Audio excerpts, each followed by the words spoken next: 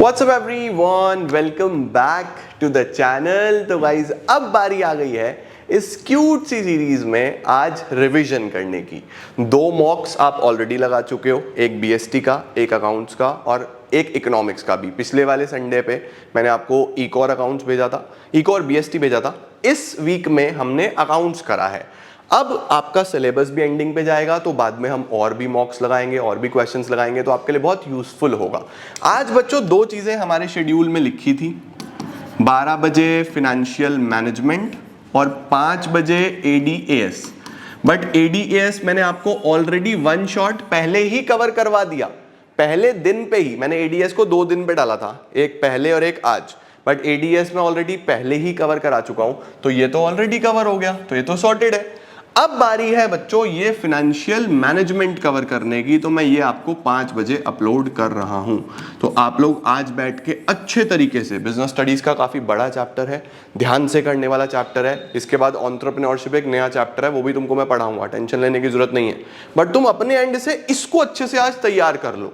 तो ठीक 5 बजे आपके पास ये फिनेंशियल मैनेजमेंट का रिविजन आ रहा है, इसको जल्दी से डन करो। फिर हमको कल क्वेश्चंस भी लगाने हैं। कल का दिन is going for questions, right? तो मुझे उम्मीद है कि आप लोग की प्रिपरेशन बढ़िया चल रही होगी। एक बार कमेंट सेक्शन में बता भी देना कि प्रिपरेशन कैसी चल रही है। और आइए शुरू करते हैं फिनेंशियल मैनेजमेंट। चलिए जल्दी से लेट्स बिगिन।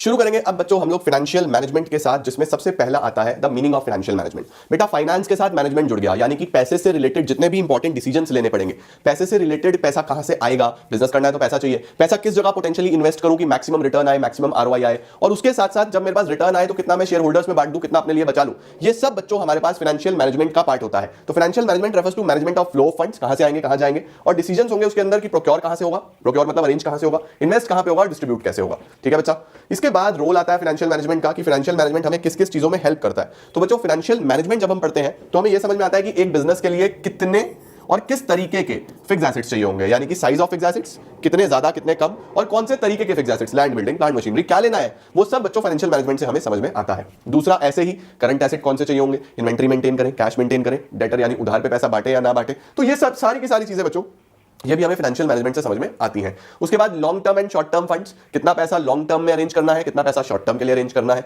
यानी हम जो लोन वोन ले रहे हैं वो लॉन्ग टर्म के लिए लें या शॉर्ट टर्म के लिए लें, ये भी देखना जरूरी होता है। उसके बाद अगर आप लॉन्ग टर्म में जा रहे हो तो आप शेयर्स इशू करो या फिर डिवेंचर इशू करो या फिर आप बैंक लोन में जाओ, आप किस तरफ जाओ, ये भी देखना बहुत इंपॉर्टेंट होता है। एंड देन इस सबसे बच्चों हमारे पीएनएल को इंपैक्ट आता है। पीएनएल को कैसे इंपैक्ट आता है भाई, तुम अगर डिवेंचर्स इशू करोगे तो इंटरेस्ट आएगा, राइट? उसके बाद टैक्सेस का हिसाब किताब, शेयर में अलग होता है, डिवेंचर में अलग होता है। एसेट कौन सा ले रहे हो, करंट एसेट ले रहे हो या फिक्स एसेट्स ले रहे हो, तो डेप्रिसिएशन, रेंट, अगर आप रेंट पे चीजें ले रहे हो, तो बहुत सारी मल्टीपल इस तरीके की चीजें हैं जो पीएनएल को इंपैक्ट करती हैं। तो फाइनेंशियल मैनेजमेंट कहीं ना कहीं हमारे बैलेंस शीट और पीएनएल सबको इंपैक्ट करता है। तो सबसे पहले क्या, कितने फिक्स एसेट्स होने चाहिए, कौन से फिक्स एसेट्स होने चाहिए, कितने करंट एसेट्स होने चाहिए, कौन से करंट एसेट्स होने चाहिए। उसके बाद बच्चों लॉन्ग टर्म या शॉर्ट टर्म से पैसा रेज करें। उसके बाद कितना डेट, कितना इक्विटी, या सारा डेट या सारा इक्विटी, क्या। उसके साथ साथ पीएनएल में सारी आइटम्स, ये सब बच्चों फाइनेंशियल मैनेजमेंट में आता है।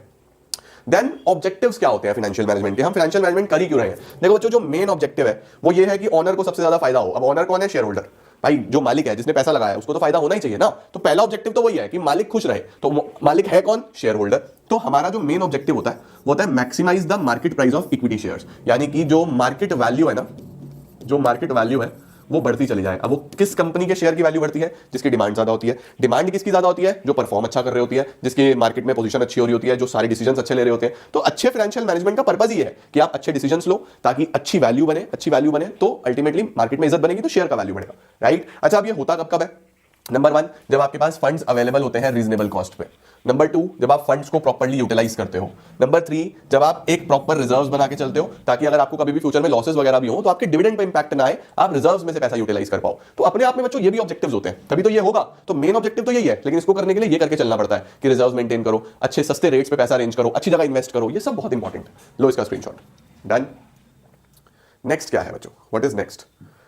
अब आ रहे हैं हमारे पास 3 प्रकार के डिसीजंस, जिसपे पूरा का पूरा चैप्टर टिका हुआ है। पूरा चैप्टर बच्चों इस पे टिका हुआ है। कौन कौन से 3 डिसीजंस हैं sir, investment decision, financing decision, dividend decision. क्या होते हैं सर ये 3 डिसीजंस। देखो बच्चों वही वाली बात है कि अगर धंधा करना है, बिजनेस करना है तो पहले पैसा चाहिए। तो पैसा किस सोर्स से आएगा, यानी कि आप पैसा कहां से अरेंज करने वाले हो, अपना पैसा लगाने वाले हो यानी ओनर्स फंड्स, या बोरो करने वाले हो यानी बोरोड फंड्स। तो ये जो डिसीजन पहला है कि पैसा कहां से आएगा, इसको बोलते हैं फाइनेंसिंग डिसीजन। एक बार पैसा आ गया फिर उसको कहां इन्वेस्ट करूं मैं, क्या बेस्ट मेरे पास ऑल्टरनेटिव है जहां पे मैं पैसा इन्वेस्ट करूं और मुझे ज्यादा से ज्यादा प्रॉफिट हो, उसको बोलते हैं इन्वेस्टमेंट डिसीजन। अब एक बार इन्वेस्ट कर दिया, अब मुझे वहां से कुछ ना कुछ रिटर्न आया, भाई बिजनेस कर रहे हो रिटर्न तो आएगा ना। अब जो रिटर्न आया बच्चों, उस रिटर्न का मैं क्या करूं, क्या मैं फ्यूचर के लिए सारा सेव कर लूं, या मैं सारा शेयर होल्डर्स में बांट दूं एज डिविडेंड, या फिर थोड़ा सा बांट दूं थोड़ा सा सेव कर लूं, इसमें कितना परसेंट बांटूं कितना सेव करूं, ये सब सोचना पड़ेगा। ये कौन से डिसीजन में आएगा, डिविडेंड डिसीजन में आएगा। तो सबसे पहले पैसा कहां से आएगा, वो है financing. How much finance, from which source, पैसा कहां लगाना है, investment, how funds are to be invested, अलग अलग एसेट्स में, लॉन्ग टर्म में, शॉर्ट टर्म में। उसके बाद जब आप वहां से पैसा कमाओगे तो कितना बांटना है, कितना is distributed to shareholders and कितना is to be saved for future, वो डिविडेंड डिसीजन। जल्दी से इसके स्क्रीनशॉट लो बच्चों। अब देखो बच्चों, जो इन्वेस्टमेंट डिसीजन होता है उसमें दो प्रकार की इन्वेस्टमेंट्स होती हैं, एक होती है लॉन्ग टर्म एसेट्स में, एक होती है शॉर्ट टर्म एसेट्स में। अगर मैं बात करूं लॉन्ग टर्म एसेट्स की, तो लॉन्ग टर्म एसेट्स कौन से होते हैं, जैसे आपने बड़ी कोई बिल्डिंग खरीदी, कोई लैंड खरीदा, कोई बड़ा मशीन खरीदा। तो जब आप इतने बड़े एसेट में इतना बड़ा ह्यूज अमाउंट इन्वेस्ट कर रहे होते हो, या आपने कोई कंपनी खरीद ली, तो उस सिनेरियो में बच्चों इसको बोलते हैं कैपिटल बजटिंग डिसीजन। जब आप financial management as a subject पढ़ोगे वहां पे चैप्टर होगा पूरा कैपिटल बजटिंग का। तो यानी कि मेन चीज ये है कि आप किस तरीके से अपने लॉन्ग टर्म एसेट्स में पैसा इन्वेस्ट कर रहे हो, वो है कैपिटल बजटिंग। शॉर्ट टर्म की अगर मैं बात करूं कि क्या मैं स्टॉक लूं, क्या मैं इन्वेंट्री मेंटेन करूं, क्या मैं उधार पे माल बेचूं, क्या मेरा डेटर बन जाएगा, है ना। तो करंट एसेट्स वगैरह में जब आप पैसा इन्वेस्ट कर रहे होगे तो उसको बोलते हैं वर्किंग कैपिटल डिसीजन। तो दो प्रकार के इन्वेस्टमेंट डिसीजन है, वर्किंग कैपिटल और कैपिटल बजटिंग। हमारे सिलेबस में है कि अगर आप लॉन्ग टर्म में इन्वेस्ट कर रहे हो, दैट इज कैपिटल बजटिंग, तो क्या सोच के करना पड़ेगा, कौन कौन से फैक्टर्स हैं। तो देखो पहले क्या है, decisions to invest in fix assets, उसको कैपिटल बजटिंग बोलते हैं। फॉर एग्जांपल एक नई ब्रांच खोलना, नया प्रोडक्ट लाइन लॉन्च करना, नए एसेट्स खरीदना, ये सब बच्चों लॉन्ग टर्म इन्वेस्टमेंट डिसीजंस में आता है। अब देखो क्या आ रहा है, why capital budgeting should be made carefully. अभी मैं आपको फैक्टर्स भी पढ़ाऊंगा, बट बिफोर दैट वो फैक्टर्स क्यों पढ़ने हैं, क्यों इतना केयरफुल रहना है। सबसे पहला, ये हमारी लॉन्ग टर्म ग्रोथ को इंपैक्ट करते हैं बच्चों, ह्यूज अमाउंट लगा होता है, अगर आपका एक बार पैसा गया तो लॉन्ग टर्म ग्रोथ तो पूरी हिल जाएगी ना। दूसरा, large portion of capital block हो जाता है क्योंकि महंगी होती है सारी चीजें। ये डिसीजंस आपके ओवरऑल बिजनेस रिस्क को इंपैक्ट करेंगे। देखो पैसा कहीं भी इन्वेस्ट करोगे रिस्क तो होगा, तो आपका ओवरऑल रिस्क काफी बढ़ेगा। उसके बाद डिसीजंस एक बार ले लिए तो वो रिवर्स नहीं हो सकते, तो ये इररिवर्सिबल डिसीजंस होते हैं। इनमें मिस्टेक करी तो बहुत लंबे समय तक भुगतना पड़ेगा, इसीलिए केयरफुली लेने। अब सर केयरफुली लेने के लिए क्या क्या सोचें, स्क्रीनशॉट लो। ये फैक्टर्स आपको बहुत ध्यान से समझने हैं। 4 फैक्टर्स हैं बच्चों, केस स्टडी में आ जाते हैं। तो 4 फैक्टर्स कौन कौन से हैं, क्राई, अगर आप सही से नई डिसीजन लोगे तो रोना पड़ेगा, CRRI। तो CRRI में क्या है, सबसे पहले आप जहां से भी पैसा सोच रहे हो कि मुझे यहां पे इन्वेस्ट करना है, ये देखो कि वहां से क्या कैश फ्लो आ रहा है, क्या वहां से मुझे कैश जनरेट हो रहा है, उस बिजनेस से मुझे कैश जनरेट हो रहा है, क्या सारा बिजनेस उधार का तो नहीं है। पता लगा पैसा भी लगा दिया और रिटर्न भी कुछ नहीं आ रहा, उधार सारा उधार का बिजनेस है, तो घाटे का सौदा है। तो देखो क्या लिखा हुआ है, it should be carefully analysed before considering the decision, कि कैश फ्लो आ रहा है या नहीं आ रहा। दूसरा, रिटर्न ऑन इन्वेस्टमेंट, मेरे पास कितना परसेंट मैं पैसा कमाने वाला हूं। रिटर्न ऑन इन्वेस्टमेंट कैसे निकलता है, EBIT upon capital employed into 100, यानी आप ऐसा मान लो प्रॉफिट अपॉन कैपिटल, EBIT अभी मैं रेशियोज में सिखाऊंगा, profits divide by capital investment into 100, कितना कमाया डिवाइडेड बाय कितना इन्वेस्ट किया था मल्टीप्लाइड बाय 100। तो यहां पे बच्चों एक्सपेक्टेड रिटर्न कितना आ रहा है, उसके बाद कितना रिस्क है, ये सब एनालाइज करके, सपोज 2 प्रोजेक्ट हैं, 1 से 10% कमा रहे हो, सपोज 1 करोड़ रुपए लगाए तो 10% यानी 10 लाख रुपए आएंगे, 1 से 20% कमा रहे हो यानी 20 लाख रुपए आएंगे, तो फिर इसमें इन्वेस्ट करो ना, राइट। तो ROI देखो। तीसरा, रिस्क देखो, किसमें ज्यादा किसमें कम, रिस्क को केयरफुली एनालाइज करो और कैलकुलेटिव रिस्क ले लो। देन इन्वेस्टमेंट क्राइटेरिया, कि क्या है हमारा investment criteria, a number of calculations regarding the amount of investment, कितना इन्वेस्टमेंट होगा, क्या इंटरेस्ट रेट होगा, क्या कैश फ्लो होगा, क्या रेट ऑफ रिटर्न होगा, वो कंसीडर करके चलना है, तभी चीजें हो पाएंगी। तो 4 फैक्टर कंसीडर कर लो, सबसे पहला कैश फ्लो, दूसरा रिटर्न, तीसरा रिस्क, चौथा इन्वेस्टमेंट। ये बहुत इंपॉर्टेंट है, ठीक है बच्चों। This is factors affecting capital budgeting decision. अब हमारे पास आते हैं बच्चों factors affecting financing decision. Sir financing decision के भी फैक्टर्स हैं, तीनों के ही फैक्टर्स हैं। जैसे सबसे पहले तीनों का मतलब देखा, अब तीनों के फैक्टर्स देख लो। फाइनेंसिंग से क्या मतलब है सर, बच्चों पैसा किस सोर्स से हम रेज करने वाले हैं, हम डेट से रेज करेंगे या इक्विटी से रेज करेंगे। अब अगर डेट या इक्विटी से रेज करेंगे तो ये हमें फैक्टर ध्यान से पहले देख लेने हैं। नंबर 1, मैं आपको कुछ छोटी छोटी चीजें बता दूं, जैसे बच्चों हमारे पास डेट है और इक्विटी है। डेट बेटा रिस्की होता है, ये लेस रिस्की होता है, ठीक है, लेकिन ये कॉस्टली होता है, डेट लेस कॉस्टली होता है। इसका क्या मतलब हुआ, इसका मतलब ये हुआ बच्चों कि जब हम कोई भी फाइनेंसिंग डिसीजन लेते हैं, जब हम फाइनेंसिंग डिसीजन लेते हैं तो उस सिनेरियो में आपको देखना है कि आप डेट में जा रहे हो या इक्विटी में जा रहे हो, आप कर्जा लेना चाहते हो या शेयर इशू करके ओनरशिप फंड्स देना चाहते हो। देखो एज अ कंपनी अगर आप शेयर इशू करते हो तब भी आप पब्लिक से पैसा ले रहे हो, लेकिन उसके बदले में आप कुछ दोगे या नहीं दोगे वो टेंशन नहीं है, क्योंकि प्रॉफिट होगा तो दे देंगे, नहीं होगा तो नहीं देंगे, भाई मालिक को तो यही है ना। लेकिन अगर आपने कर्जा लिया तो उस केस में आपको मतलब नहीं है प्रॉफिट से, तब तो आपको पे ही करना पड़ेगा वो फिक्स्ड इंटरेस्ट, तो ये थोड़ा सा रिस्की होता है, राइट। तो दोनों फैक्टर्स के अपने अपने प्रॉज एंड कॉन्स हैं। तो सबसे पहले क्या चेक करना है बच्चों, सबसे पहले चेक करो कॉस्ट, आपको cheapest source of finance select करना है। अब अगर डेट और इक्विटी में देखें तो सबसे सस्ता डेट ही होता है, राइट। दूसरा बच्चों रिस्क, आपको देखना है कि कौन सा सोर्स कम रिस्की है। अब अगर रिस्क के पॉइंट ऑफ व्यू से देखें तो इक्विटी इज लेस रिस्की, तो रिस्क वाला फैक्टर इक्विटी के फेवर में जाता है। तो सर फिर तो हम डिसीजन नहीं ले पाएंगे। बच्चों अपना अपना कैलकुलेशन लगाना है कि आपके लिए क्या ज्यादा इंपॉर्टेंट है, आपके लिए रिस्क ज्यादा इंपॉर्टेंट है या आपके लिए कॉस्ट ज्यादा इंपॉर्टेंट है, राइट। उसके बाद flotation cost.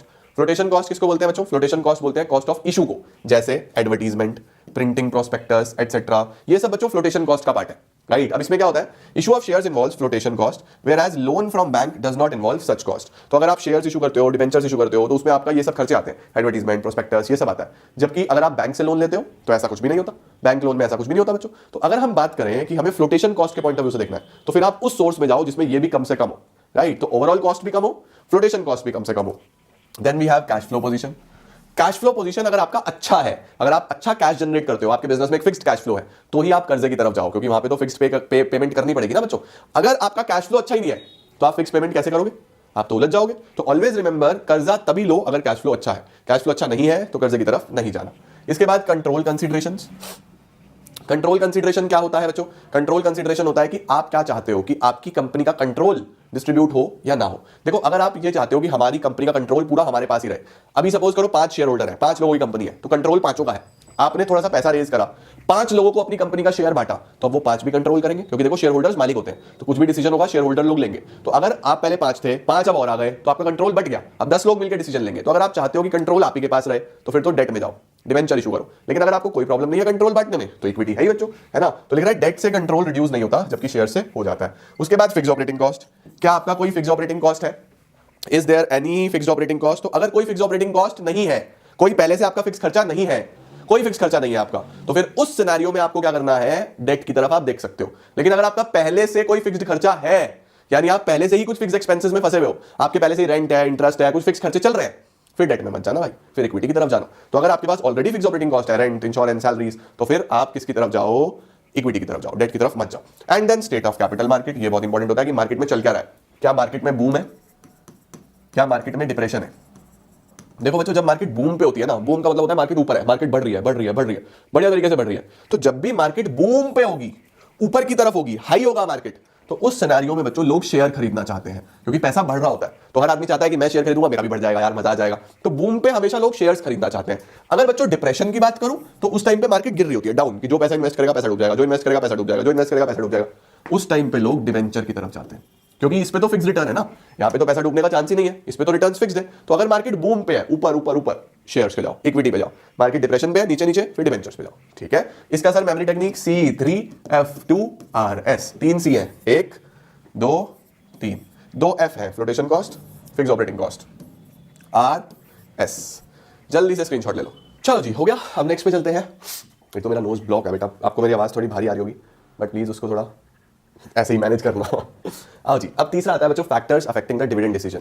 Sir dividend decision क्या है बच्चों? डिविडेंड डिसीजन में आपको ये देखना है कि जो आपने पैसा कमाया है, अब उसको कितना हम मार्केट में शेयर होल्डर्स में बांट दें या कितना हम बचा लें फ्यूचर के लिए। तो वो किस चीज पे डिपेंड करता है? कुछ फैक्टर्स हैं। जैसे सबसे पहले आता है अमाउंट ऑफ अर्निंग्स, कि भाई पैसा कितना कमाया है। भाई सीधी सी बात है, अगर आप ज्यादा पैसा कमा पा रहे हो, आपकी अर्निंग्स हैवी है, अर्निंग्स हाई है, तो आप डिविडेंड भी ज्यादा दे सकते हो। अगर अर्निंग्स कम है तो डिविडेंड भी कम देंगे। तो अर्निंग्स में ध्यान रखना, अगर अर्निंग्स ज्यादा है तो डिविडेंड भी ज्यादा होगा, ठीक है। दूसरा स्टेबिलिटी ऑफ अर्निंग्स। ऐसी कंपनीज होती हैं बच्चों जो बहुत अच्छी बड़ी कंपनीज होती हैं, जो बड़े लेवल पे पहुंच चुकी होती हैं, वेल स्टैब्लिश्ड कंपनी हो जाती है, तो उनकी अर्निंग स्टेबल होती है।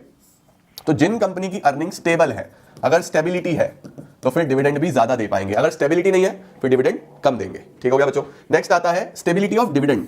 अब ये तो था स्टेबिलिटी ऑफ अर्निंग्स, कि जिनकी अर्निंग स्टेबल है, बढ़िया कमा रहे हैं, वो डिविडेंड भी ज्यादा देंगे। जिनकी अर्निंग स्टेबल नहीं है वो डिविडेंड भी कम देंगे। देन स्टेबिलिटी ऑफ डिविडेंड क्या होता है बच्चों? कुछ कंपनीज इस पॉलिसी को फॉलो करती हैं, जिसको हम स्टेबल डिविडेंड पॉलिसी भी बोलते हैं। स्टेबल डिविडेंड पॉलिसी में क्या होता है कि कंपनीज ये बोलती हैं कि भाई ठीक है, हम लोग का अर्निंग्स अगर थोड़ा बहुत फ्लक्चुएट हो रहा है तो हम डिविडेंड पे इंपैक्ट नहीं डालेंगे, हम डिविडेंड उतना ही देंगे। डिविडेंड हम तभी बढ़ाएंगे जब हमारी अर्निंग्स परमानेंटली हाई हो चुकी है, या हम तभी घटाएंगे जब अर्निंग्स हमारी परमानेंटली लो जा रही है। थोड़ा बहुत फ्लक्चुएशन है तो वो लोग उसको मैटर नहीं करते, वो लोग रेगुलरली अपने डिविडेंड्स को स्टेबल रखते हैं ताकि उनकी मार्केट में वैल्यू बनी रहे, ठीक है। तो कंपनीज जनरली पे stable dividend per share. Increase in dividend तभी होगा जब अर्निंग पोटेंशियल बढ़े। देन कैश फ्लो, ये आसान है बच्चों, डिविडेंड देने के लिए पैसा आना भी तो चाहिए। तो अगर कैश फ्लो अच्छा है तो डिविडेंड देंगे, कैश फ्लो अच्छा नहीं है तो डिविडेंड नहीं देंगे। Then growth opportunities.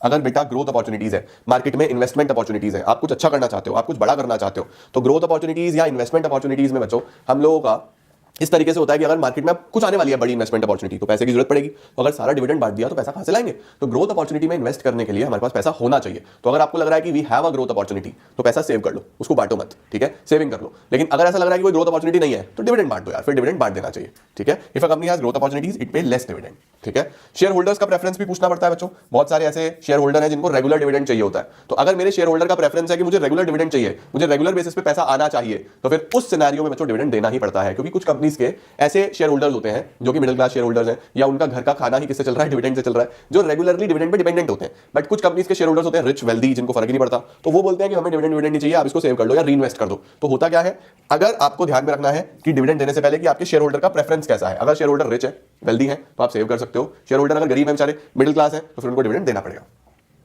नेक्स्ट क्या है सर? नेक्स्ट आता है बच्चों एक्सेस टू कैपिटल मार्केट्स, कि आपका कैपिटल मार्केट में कितना अच्छा एक्सेस है। क्या आप कैपिटल मार्केट तक खुद रीच आउट कर सकते हो? कैपिटल मार्केट यानी शेयर मार्केट। क्या आपको शेयर मार्केट में लोग जानते हैं? अगर आप शेयर मार्केट में जाओगे तो क्या आपको और पैसा मिल जाएगा आसानी से?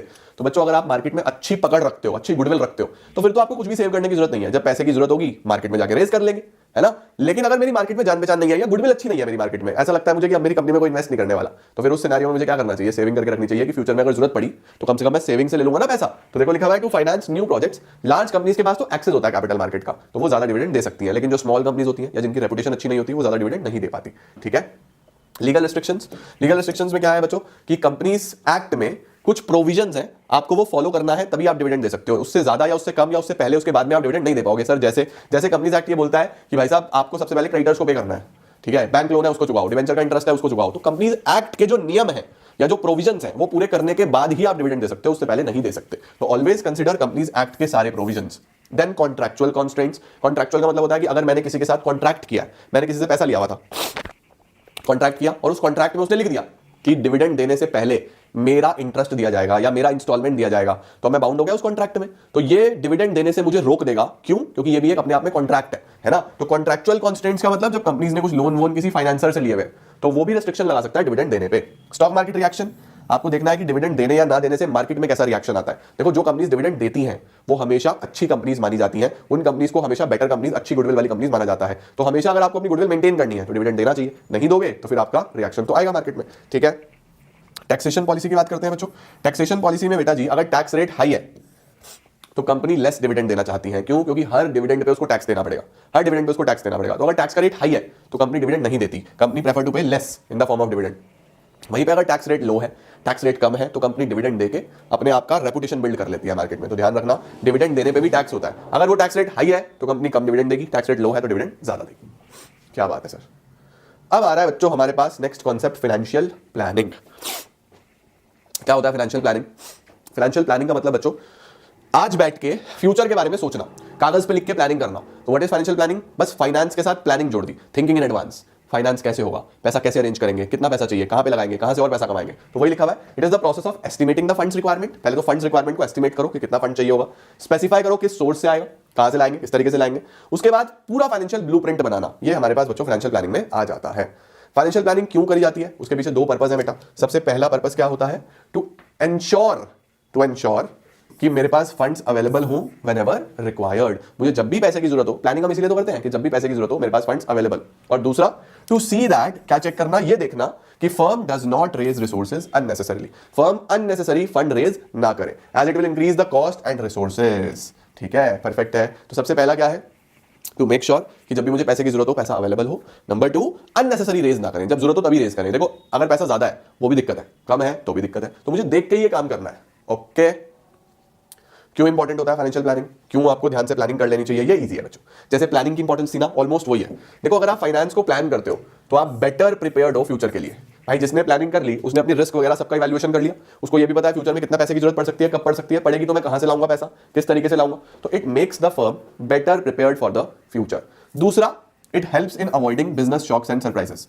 ये बच्चों हमें मदद करता है, फाइनेंशियल प्लानिंग हमें हेल्प करता है in avoiding the business shocks and surprises. देखो जब हम प्लानिंग करते हैं तो हम एडवांस में सब चीज सोच लेते हैं कि कल क्या होने वाला है, कैसे होने वाला है, कैसे ये मुझे इंपैक्ट करेगा। तो जब भी मैं ये सब करता हूं तो ये मुझे हेल्प करता है प्लानिंग, कि मैं सब कुछ पहले से लिख के चल रहा हूं। जैसे आपने प्लानिंग प्रोसेस पढ़ा था ना, क्या था? Setting objective, then developing premises. Future के बारे में पहले से चीजें अज्यूम करके चलना। अज्यूम करने से क्या होता है, हम लोग बिल्कुल रेडी रहते हैं फ्यूचर के लिए। तो लिखा हुआ है it helps in avoiding business shocks and surprises. हम बिजनेस के शॉक्स और सरप्राइजेस से बच सकते हैं। कोऑर्डिनेशन करना आसान हो जाता है क्योंकि प्लानिंग में हमें पता होता है कितना पैसा कहां लगाना है, कहां से आएगा, तो कोऑर्डिनेट करना ईजी है। उसके बाद फाइनेंस का प्रॉपर यूटिलाइजेशन, वेस्टेज नहीं होता प्लानिंग करने से। प्रेजेंट को फ्यूचर के साथ लिंक करता है, ये तो ऑफ कोर्स सीधी सीधी सी बात है, आज कहां हूं और कहां पहुंचना चाहता हूं उसके बीच में प्लानिंग है। इन्वेस्टमेंट और फाइनेंसिंग डिसीजन, ये इंपॉर्टेंट है बच्चों। इन्वेस्टमेंट और फाइनेंशियल डिसीजंस के बीच में भी प्लानिंग ही होती है। कैसे सर? बच्चों फाइनेंसिंग डिसीजन क्या है?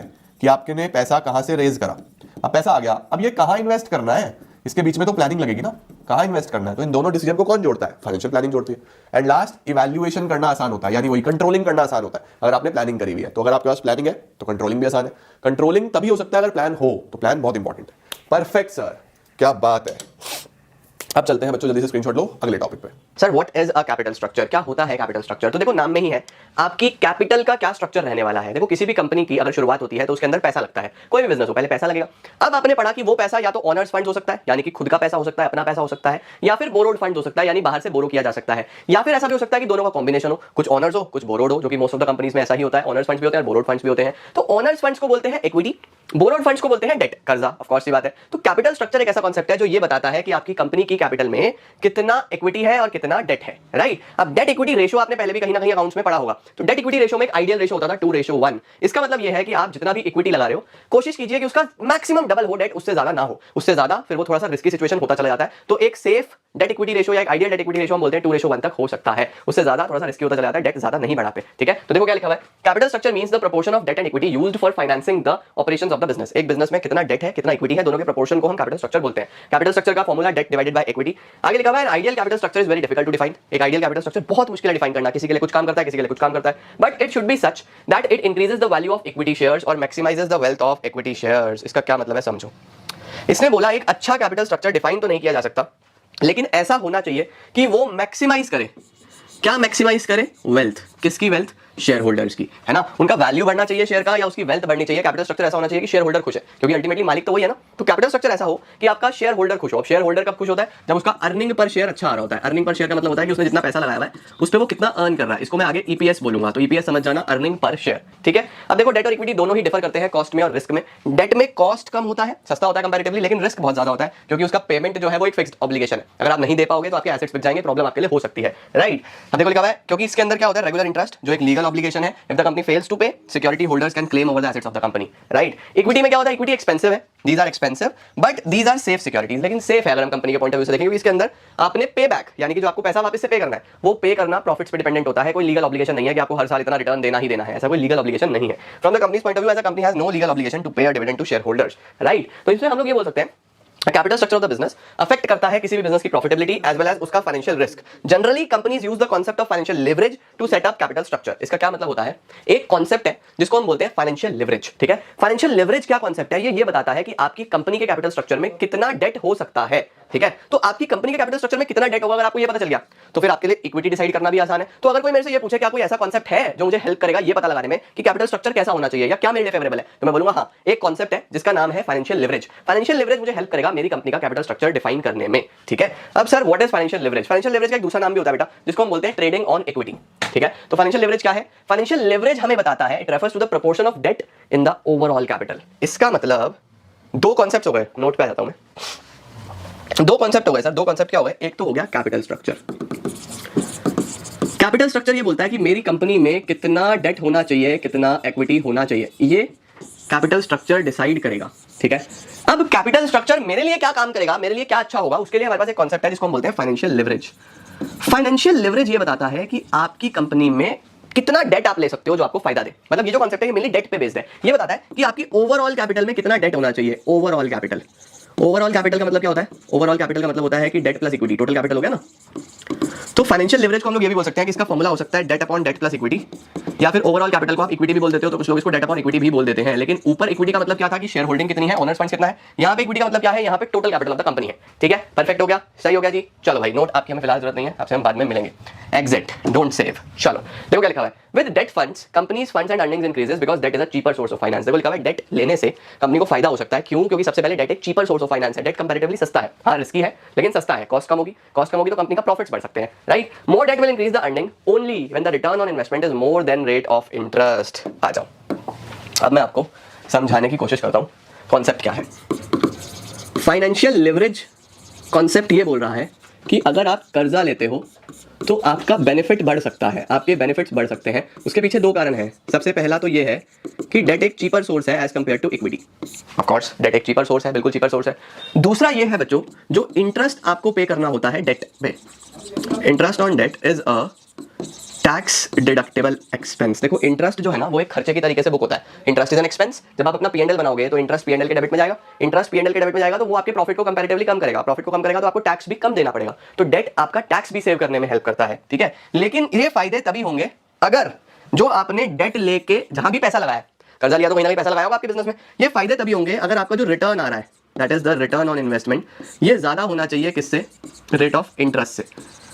अगर आप कमा रहे हो 15%, 16%, 17%, आप 15% कमा रहे हो लेट्स सपोज, और आपको पे करना है 10%, यानी आपने जो पैसा लिया है वो 10% पे लिया है कि मैं 10% के हिसाब से पे करूंगा, और उस पैसे से मैं 15% का रिटर्न कमा रहा हूं, तो अच्छी बात है ना यार, मेरा 1 भी रुपया नहीं लगा, मैंने सारा का सारा पैसा बोरो करा हुआ है, उस पर मैं 15% कमा रहा हूं, 10% मैं पे कर दूंगा, 5% मेरी जेब में गया बिना कुछ भी लगाए। गया नहीं गया, ध्यान से समझना, इंपॉर्टेंट कॉन्सेप्ट है, दिमाग चलना चाहिए इसमें तुम्हारा।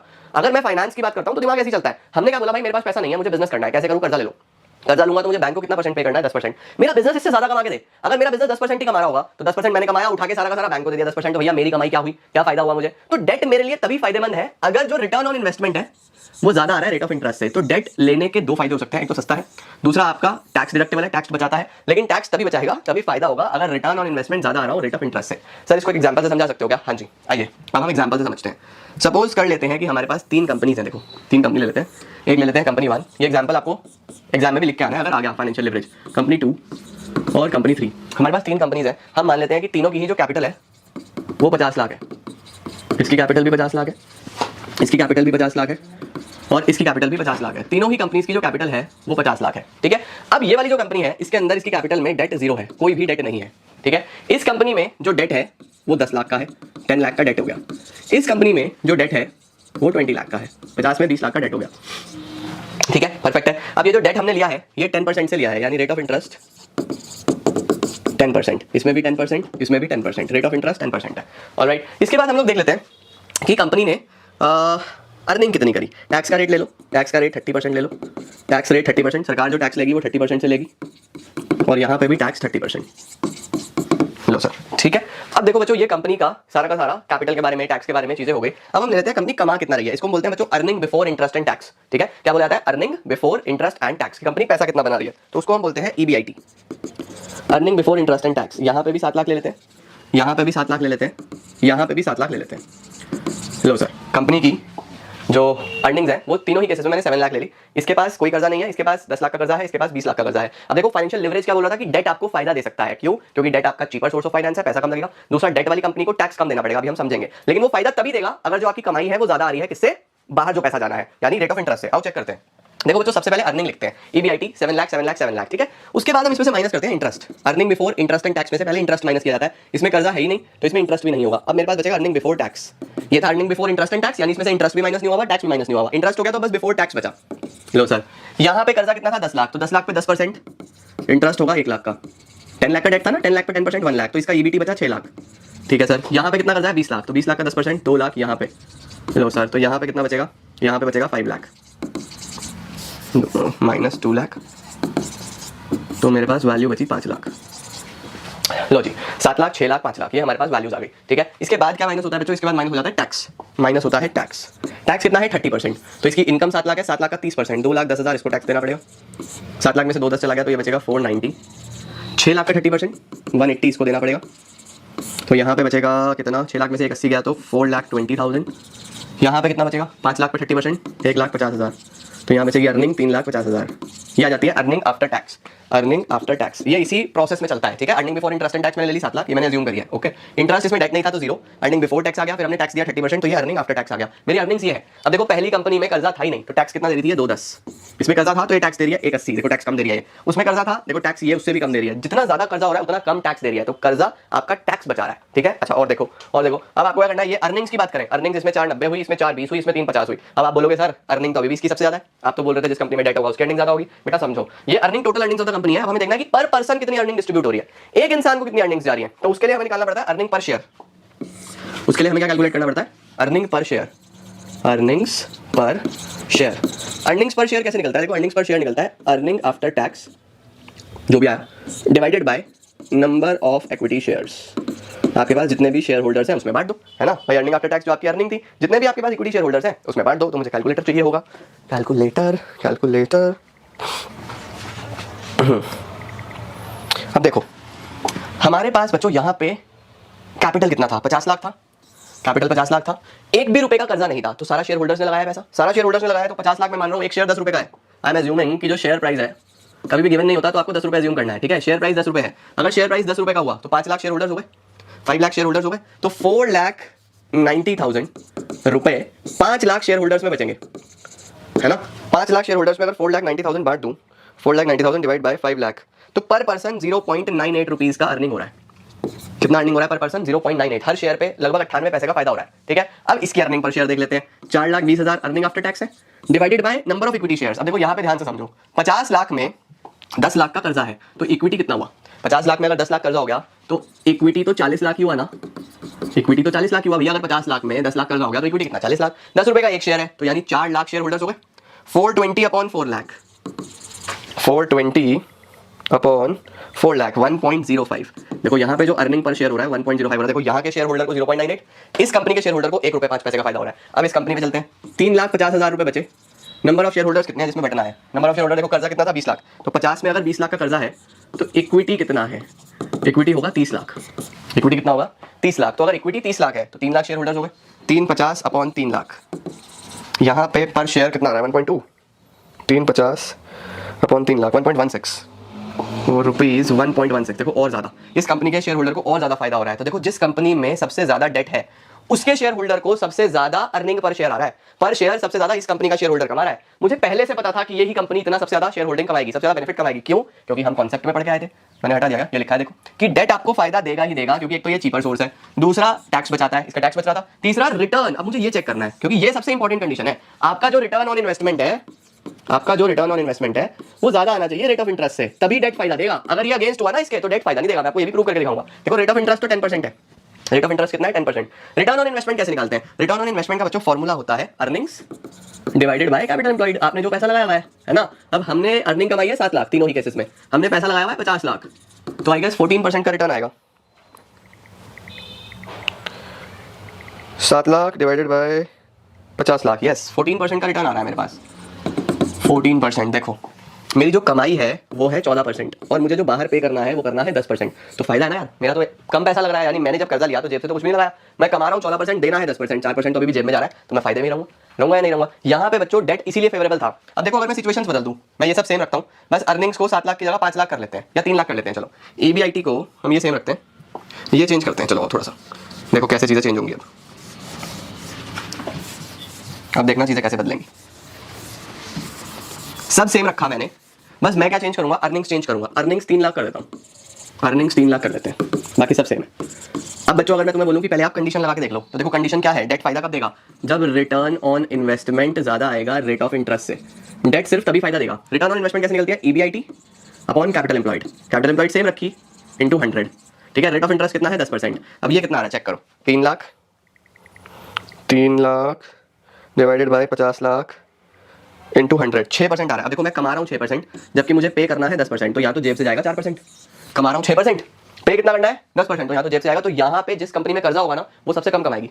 देखना अब जिस कंपनी में सबसे ज्यादा कर्जा होगा वो सबसे कम कमाएगी, क्योंकि कंडीशन फुलफिल नहीं हो रही। देखो यहाँ देखो 3 कंपनी है, उसमें सबसे ज्यादा कर्जा है। आप देखना ये सबसे कम कमाएगी। अब सबसे पहले क्या करते हैं? सबसे पहले माइनस करते हैं इंटरेस्ट। यहाँ पे था ही नहीं कर्जा तो नील, तो अर्निंग बिफोर टैक्स 3 लाख ही आएगा। यहाँ पे कर्जा कोई 10 लाख का था तो 1 लाख का आपको ब्याज देना पड़ेगा, तो आपके पास कितना बचेगा? 2 लाख बचेगा। यहाँ पे कर्जा 20 लाख का था तो 2 लाख का आपको ब्याज देना पड़ेगा, तो आपके पास बचेगा 1 लाख रुपए। अब आपको टैक्स देना है, ठीक है। टैक्स कितना है? वही 30%, 90,000 का टैक्स देंगे। 2,10,000 अर्निंग आफ्टर टैक्स बचेगा। 2 लाख पे 30%, 60,000 का टैक्स देंगे। 1,40,000 आपके पास बचेगा। 1 लाख पे 30%, 30,000 का हम टैक्स देंगे और 70,000 हमारे पास बचेगा अर्निंग आफ्टर टैक्स। अब अगर आप ध्यान से देखो बेटा, तो टैक्स अभी भी उसने सबसे कम दिया है, क्योंकि कर्जा ऑफ कोर्स टैक्स तो बचाता ही है, लेकिन पर शेयर कितना कमा रहे हो वो चेक करना है। आ जाओ, 2,10,000 की अर्निंग्स है, टोटल शेयर होल्डर कितने हैं?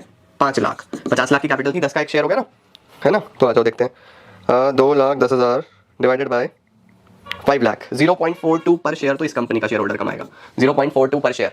इसका देखते हैं, 1,40,000 डिवाइडेड बाय 4 लाख, क्योंकि 40 लाख की कैपिटल बची थी तो शेयर होल्डर 4 लाख ही होंगे। 140 पे 4 लाख, 140 पे 4 लाख, 0.35। देखो 0.35 कम हो रहा है, कर्जा है तो इसका कम हो गया अर्निंग्स। और वहां देखो 70,000 divided by 3 lakh,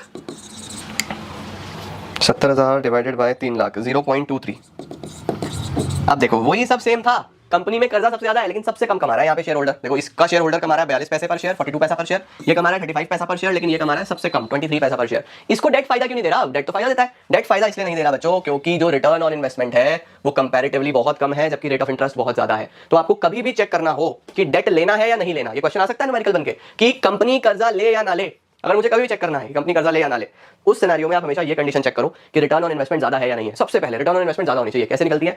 EBIT upon capital employed. EBIT मतलब earnings divided by capital employed into 100, ये पता होना चाहिए। ये आपने चेक कर लिया, अगर ये ज्यादा आ रही है तो डेट आपको फायदा देगा, डेट आपको फायदा देगा ही देगा। ठीक है, तो ये पूरा कॉन्सेप्ट है। देखो इसको हम फाइनेंशियल लिवरेज बोलते हैं, इसका नाम ट्रेडिंग ऑन इक्विटी भी है। ये हमें क्या सिखा रहा है? ये हमें ये सिखा रहा है कि कब डेट लेना है, कब डेट नहीं लेना। तो इससे चेक करके हम बता सकते हैं डेट हमारे लिए कब फेवरेबल होगा। तो ये हमें कैपिटल स्ट्रक्चर डिफाइन करने में बहुत हेल्प करता है। ये कंप्लीट कॉन्सेप्ट होता है कैपिटल स्ट्रक्चर। आई होप आपने सारी की सारी चीजें नोट करी होंगी। देखो क्या है, financial leverage refers to proportion of debt in the overall capital. With debt funds, company earnings increase because debt is a cheaper source of finance but involves high degree of risk, है ना? More debt will increase the earnings only. ज्यादा debt earnings सिर्फ कब बढ़ाएगा? When return on investment is more than rate of interest. देखो return on investment ज्यादा है तो favorable situation, return on investment कम है तो unfavorable. If the rate of interest is more than earnings, then more debt will be a loss. ठीक है, perfect है। अब ये वही एग्जांपल्स हैं, देखो ये मैंने आपको ऑलरेडी करा दिए हैं, स्क्रीनशॉट लेना है ले लो फटाफट से। सही है, ये मैंने सॉल्व भी करके दिखा दिया आपको, स्क्रीनशॉट लेना है आप ले सकते हो। और ये फेल कब होगा? फेल कब होगा? अगर उल्टा चल गया हिसाब किताब, यानी कि रिटर्न कम आ गया और रेट ऑफ इंटरेस्ट ज्यादा हो गया। ये भी मैं आपको बता चुका हूँ, स्क्रीनशॉट ले लो। ये देखो अब इसी सिचुएशन में हमने अर्निंग्स जो है ईबीआईटी जो है earning before interest and tax वो कितना लिया है? 3 लाख। तो यहाँ पे मैंने चेक करा तो आरओआई 6% आ रहा है, तो यहाँ पे कर्जा हमें नुकसान देगा। ये देखो कर्जा हमें नुकसान दे रहा है। आई होप आपको कैपिटल स्ट्रक्चर का मतलब और फाइनेंशियल लेवरेज पूरा का पूरा कॉन्सेप्ट समझ में आता है। तो फाइनेंशियल लेवरेज में हमने क्या पढ़ा था? देखो फाइनेंशियल लेवरेज में हमने इस तरह की कुछ सिचुएशंस बनाई थी जिसमें हमने ये पढ़ा था कि फाइनेंशियल लेवरेज एक वो कॉन्सेप्ट है जो आपको हेल्प करता है ये देखने में कि आपकी टोटल कैपिटल में डेट कितना हो, राइट? तो आज हम पढ़ने वाले हैं वो कौन कौन से फैक्टर्स हैं जो हमें हेल्प करते हैं ये डिसाइड करने में कि मेरी कैपिटल स्ट्रक्चर में डेट कितना और इक्विटी कितना। फाइनेंशियल लेवरेज भी एक फैक्टर था जो हमें हेल्प करता था ये देखने में कि डेट कितना हो। वहीं पे बहुत सारे अदर फैक्टर्स भी हैं जो हमें हेल्प करेंगे ये सब देखने में कि कैपिटल स्ट्रक्चर में मैं किस तरीके से चीजें डिसाइड करूं। सबसे पहला फैक्टर आता है कैश फ्लो पोजीशन। अब देखो यहाँ पहले भी पढ़ के आ चुके हो फाइनेंसिंग डिसीजन में, तो बहुत सारे फैक्टर्स सेम है, बहुत सारे फैक्टर्स कॉमन है, तो ये टॉपिक आपके लिए आसान है। फाइनेंसिंग डिसीजन में तो यही बोलता था कि मैं अपना जो कैपिटल फ्रेम करूं उसमें कितना डेट और कितना इक्विटी हो, कितना ओनर्स फंड्स हो, कितना बोरोड फंड्स हो, वही सेम यहाँ पे फैक्टर्स है। तो कॉमन क्वेश्चन है, अगर आपने फाइनेंसिंग डिसीजन पढ़ा है तो ये आपने मैक्सिमम फैक्टर्स पढ़े हुए हैं, 2-4 नए आएंगे वो रेडी कर लेना। तो देखो सबसे पहले आ रहा है cash flow position. Cash flow position क्या बोलता है बच्चे? कैश फ्लो पोजीशन बोलता है कि अगर आप डेट में जाते हो तो आपको रेगुलर इंटरेस्ट पे करना पड़ेगा जिसके लिए आपको अच्छा कैश फ्लो चाहिए। अगर आपके पास अच्छा कैश फ्लो नहीं है तो please try to avoid debt. Debt को अवॉइड करो क्योंकि वो आपके लिए एक बहुत बड़ा फिक्स्ड पेमेंट ऑब्लिगेशन है और आपके लिए वो प्रॉब्लम क्रिएट कर सकता है। तो अगर कैश फ्लो अच्छा है तो ही डेट की तरफ देखें, अगर कैश फ्लो इतना अच्छा नहीं है तो डेट को थोड़ा सा अवॉइड करके चले। ये हमारे पास कैश फ्लो में आ जाएगा। देखो लिखा हुआ है sometimes company makes sufficient profit but it is not able to generate cash inflow. If a company fails to make fixed payment, insolvency जैसी सिचुएशन भी आ सकती है। इंसॉल्वेंसी का मतलब होता है कंपनी ही बिक जाना। The company must analyse properly the liquidity of the working capital before including debt in the capital structure. ठीक है, दूसरा फैक्टर आता है बेटा interest coverage ratio. Sir interest coverage ratio क्या होता है? देखो इंटरेस्ट कवरेज रेशियो आपको ये बताती है कि भैया जो आपका फिक्स्ड इंटरेस्ट है उसके कंपैरेटिवली आप कितना पैसा बना रहे हो। देखो फॉर एग्जांपल ये समझो कि मेरा लेट सपोज 1 लाख रुपए का इंटरेस्ट फिक्स्ड जाना है अगर मैं कर्जा लेता हूं और मेरा प्रॉफिट भी 1 लाख ही है, तो भैया मैं और खर्चे कैसे निकालूंगा? मैं तो फंस जाऊंगा ना भाई। 1 लाख मुझे फिक्स देना है और 1 लाख ही मेरी अर्निंग्स है, तो फिर मेरे पास और खर्चे, ग्रोथ और बहुत सारे मल्टीपल फैक्टर्स के लिए तो सोचने के लिए भी पैसा नहीं है, राइट? वहीं पे अगर मुझे फिक्स्ड इंटरेस्ट 1 लाख देना है, अर्निंग 2 लाख है, तो एटलीस्ट अर्निंग डबल तो है, ये थोड़ा बेटर है। 1 लाख इंटरेस्ट देना है, 3 लाख अर्निंग है, 3 टाइम्स मेरी अर्निंग है, थोड़ा और बेटर है। 1 लाख इंटरेस्ट देना है, 5 लाख की अर्निंग्स है, 5 टाइम्स अर्निंग हो गई, मच बेटर है। तो इंटरेस्ट कवरेज रेशियो का फॉर्मूला होता है profit earning before interest and tax. ठीक है, earning before interest and tax divided by interest. ऊपर प्रॉफिट रखना है, नीचे इंटरेस्ट रखना है। जितना ज्यादा होगा उतना अच्छा है हमारे लिए, उतना रिस्क फ्री है हम, है ना? तो देखो क्या लिखा हुआ है, it refers to the number of times companies earn before interest and taxes to cover the interest payment obligation. A high interest coverage ratio means companies can have more of borrowed funds. High है तो आपके पास risk कम है ना यार, आप अच्छा profit बनाते हो तो आप ज्यादा डेट में जा सकते हो। करेक्ट है जी। नेक्स्ट आता है रिटर्न ऑन इन्वेस्टमेंट। ये पूरा कॉन्सेप्ट फाइनेंशियल लेवरेज वाला पॉइंट है। इसमें क्या बोल रहा है कि अगर आपका रिटर्न ऑन इन्वेस्टमेंट ज्यादा है रेट ऑफ इंटरेस्ट से तो आप डेट में जाओ, अगर आपका रिटर्न ऑन इन्वेस्टमेंट कम है रेट ऑफ इंटरेस्ट से तो फिर डेट आपके लिए इतना अच्छा ऑप्शन नहीं है। ये तो पूरा क्लास पूरा इसी पे बेस्ड था। ठीक है, नेक्स्ट क्या आता है? Cost of debt. Sir what is cost of debt? Cost of debt होता है बच्चों बेसिकली कि आपको जो डेट मिल रहा है वो किस रेट ऑफ इंटरेस्ट से मिल रहा है। आप अलग अलग तरीके की डेट सिक्योरिटीज का रेट ऑफ इंटरेस्ट कंपेयर कर लो कि बैंक लोन आपको किस रेट से मिल रहा है, अगर आप किसी फ्रेंड से बोरो करते हो तो वो किस रेट ऑफ इंटरेस्ट से आपको डेट देगा, अगर आप पब्लिक में डिबेंचर्स इशू करते हो तो वहां पे आपको किस रेट से इंटरेस्ट पे करना पड़ेगा। तो आप कॉस्ट ऑफ डेट को कंपेयर करो कि बेसिकली आपको जो कर्जा आपने लेना है किस रेट पे मिलेगा। अगर आपको वो अच्छे रेट पे मिल रहा है, कंपैरेटिवली लेसर रेट पे मिल रहा है तो फिर आप डेट के लिए जाओ, otherwise try to go for equity. देखो क्या लिखा हुआ है, if a firm can arrange borrowed funds at a low rate of interest it will prefer more of debt. Tax rate क्या होता है बच्चों? देखो टैक्स रेट, अब देखो हम क्या पढ़ के आए थे लास्ट क्लास में, फाइनेंशियल लेवरेज में मैंने आपको सिखाया था कि जिस कंपनी में डेट ज्यादा होता है वो कंपनी टैक्स कम देती है। पढ़ा था ना हम लोगों ने, क्योंकि जो इंटरेस्ट होता है वो टैक्स डिडक्टिबल होता है। टैक्स डिडक्टिबल से क्या मतलब है? टैक्स डिडक्टिबल से मतलब है कि वो P&L के डेबिट में खर्चे के तरीके से लिखा जाता है। खर्चे के तरीके से अगर वो लिखा जाता है तो उस सिनेरियो में आपका जो प्रॉफिट है वो कम आता है, उसमें इनकम टैक्स भी कम देना पड़ता है। तो ये यहाँ पे बोल रहा है कि अगर इकोनॉमी में टैक्स का रेट हाई है फिलहाल टैक्स रेट बहुत हाई चल रहा है, ऊपर ऊपर ऊपर ऊपर हाई रेट ऑफ टैक्सेस चल रहा है, तो हाई रेट ऑफ टैक्सेस के केसेस में डेट लो यार, क्योंकि डेट लेंगे तो इंटरेस्ट आएगा, प्रॉफिट कम होगा, टैक्स कम देना पड़ेगा। वेयर अगर टैक्स लो चल रहा है, कोई प्रॉब्लम नहीं है, टैक्स रेट नीचे ही है, तो फिर आप कंपेयर कर लो अदर फैक्टर्स, आपके लिए जो फेवरेबल हो, इक्विटी फेवरेबल है तो इक्विटी में चले जाओ, डेट फेवरेबल है तो डेट में चले जाओ। एक फैक्टर के बेसिस पे डिसाइड नहीं होता, देयर आर मल्टीपल फैक्टर्स, है ना, तो सब में देखो फिर आपको जो सबसे ज्यादा फेवरेबल लगे वो। लेकिन अगर मैं सिर्फ टैक्स रेट की बात करूं, टैक्स रेट हाई है, go for debt, tax rate कम है, गो फॉर इक्विटी, आप कंपेयर कर लो अदर फैक्टर्स, ठीक है। नेक्स्ट है बच्चों cost of equity. Cost of equity में बच्चे बहुत कंफ्यूज होते हैं, sir what is cost of equity. तो देखो कॉस्ट ऑफ इक्विटी का मतलब है कि आप अपने शेयर होल्डर्स को, देखो अगर आप इक्विटी शेयर इशू करोगे तो आपके शेयर होल्डर्स आपसे कुछ ना कुछ अर्निंग पर शेयर एक्सपेक्ट करेंगे, आपके शेयर होल्डर्स आपसे कुछ ना कुछ ग्रोथ एक्सपेक्ट करेंगे, आपके शेयर होल्डर चाहेंगे कि आप उनको उनके पर शेयर जो उन्होंने पैसा लगाया है उस पर कुछ ना कुछ प्रॉफिट बना के दो, राइट। तो हमें ये मेक श्योर करना है कि हमारे शेयर होल्डर को ज्यादा से ज्यादा रिटर्न आ रहा हो, वही हमारा ऑब्जेक्टिव भी था फाइनेंशियल मैनेजमेंट का, to maximise the wealth of equity share holders, right. तो हमें ये देखना है कि मैं अपने शेयर होल्डर को एज अ कंपनी कितना अर्निंग पर शेयर ला के दे रहा हूं, उसको कॉस्ट ऑफ इक्विटी बोलते हैं। तो जब तक अर्निंग पर शेयर बढ़ रहा है with the inclusion of debt, तब तो आप डेट में चले जाओ। लेकिन अगर अर्निंग पर शेयर कम हो रहा है with the inclusion of debt, तो प्लीज आप रेफर करो ओनर्स फंड सिक्योरिटीज, राइट। देखो क्या लिखा हुआ है, ओनर्स और equity share holders expect a return on their investment that is earning per share as far as debt is increasing EPS. जब तक डेट से ईपीएस बढ़ रहा है तो आप डेट को रखो कैपिटल स्ट्रक्चर में, अगर कम हो रहा है तो फिर आप डेट को मत रखो, ठीक है। नेक्स्ट आता है बच्चों फ्लोटेशन कॉस्ट। फ्लोटेशन कॉस्ट हम लोग क्या बोलते हैं कि हमारे पास कॉस्ट ऑफ इशू, आप जब कोई भी सिक्योरिटी इशू करते हो, शेयर इशू करते हो, डिवेंचर इशू करते हो, जब भी आप कोई भी सिक्योरिटी इशू करते हो तो उस पे कॉस्ट ऑफ इशू आता है, प्रोस्पेक्टस के खर्चे आते हैं, उसके बाद ब्रोकर का ब्रोकरेज आता है, उसके अलावा मल्टीपल सेबी के चार्जेस हैं, उसके अलावा कंपनीज एक्ट की बहुत सारी लीगल फॉर्मेलिटीज है, लीगल फीस बहुत सारी आती है, तो इशू के बहुत सारे खर्चे आते हैं, इनको हम बोलते हैं फ्लोटेशन कॉस्ट। तो अगर फ्लोटेशन कॉस्ट बहुत हाई है शेयर्स में, डिवेंचर्स में, तो आप अदर सोर्सेज से भी फंड्स रेज कर सकते हो, जैसे आप बैंक लोन की तरफ देख सकते हो, आप कोई प्राइवेट फंडिंग एजेंसी से पैसा उठा सकते हो। तो आपको ये ध्यान रखना है कि अगर कॉस्ट ऑफ इशू बहुत ज्यादा है तो आप अदर सोर्सेज भी एक बार अच्छे से चेक कर लो। अगर कॉस्ट ऑफ इशू बहुत ज्यादा नहीं है, फ्लोटेशन कॉस्ट जनरल है, नॉर्मल है, उस सिनेरियो में आप शेयर या डिवेंचर में से जो भी आपको अदर फैक्टर्स फेवर करें उसकी तरफ जा सकते हो। क्लियर है जी। रिस्क कंसीडरेशन, रिस्क अब आप जानते हो क्या होता है हमारे पास, अगर आप रिस्क लेना चाहते हो, that comes with risk obviously, है ना। अगर आप रिस्क लेने की क्षमता रखते हो, आपका रिस्क एपिटाइट अच्छा है, आपको रिस्क लेने में कोई प्रॉब्लम नहीं है, तो आप डेट में जा सकते हो। लेकिन अगर आप चाहते हो कि थोड़ा सा रिस्क फ्री रहो, कम रिस्क हो, तो फिर आप इक्विटी में जा सकते हो। क्या लिखा है, financial risk refers to a position where a company is unable to meet its fixed financial charges. Company को थोड़ा सा रिस्क रहता है इंटरेस्ट का, प्रेफरेंस डिविडेंड का, क्रेडिटर्स की पेमेंट का। तो अगर आपका बिजनेस रिस्क लो है, फिलहाल आपके पास कोई ऐसा खास रिस्क नहीं है, आप रिस्क लेना चाहते हो, तो फिर उस सिनेरियो में आप इशू ऑफ डेट से काम कर सकते हो, कर्जा ले सकते हो। लेकिन अगर आपका रिस्क अभी हाई है तो प्लीज डिपेंड करो इक्विटी पे, फिलहाल ऑलरेडी आप हाई रिस्क में हो और कर्जा मत लो। नेक्स्ट आता है बच्चों फ्लेक्सिबिलिटी। अब फ्लेक्सिबिलिटी के बारे में मैं आपको थोड़ा सा समझा दूं। फ्लेक्सिबिलिटी का मतलब ये होता है कि जैसे सपोज मेरे पास जो मेरी क्रेडिट एबिलिटी है वो 1 करोड़ की है, सपोज। क्रेडिट एबिलिटी का क्या मतलब होता है कि आप कितना क्रेडिट ले सकते हो, हर इंसान की अलग अलग होती है, डिपेंडिंग ऑन कि उसके कितनी इनकम है, उसकी कितनी एबिलिटी है, उसकी इनकम टैक्स रिटर्न्स कैसी हैं। हर कंपनी की, हर इंडिविजुअल की अपनी अलग अलग क्रेडिट लिमिट होती है। वो आपका बैंक आपको बहुत अच्छे से बताता है कि भैया आपकी जो लोन लेने की क्षमता है वो इतनी है, इससे ज्यादा आपको लोन नहीं मिलेगा। तो अगर मेरी सपोज क्रेडिट लिमिट 1 करोड़ है और मैं 90 लाख का लोन ऑलरेडी लेके बैठा हूं, तो मैं बस 10 लाख का लोन और ले सकता हूं। 1 करोड़ की लिमिट पे 90 लाख का लोन मैं ले चुका हूं, तो मैं और कितना ले सकता हूं, मैक्सिमम 10 लाख और ले सकता हूं, बस इतनी सी बात है ना। अब अगर मैं 10 लाख और ले लूंगा तो बस मेरी बिल्कुल ही फ्लेक्सिबिलिटी खत्म, आगे से मैं ले ही नहीं सकता।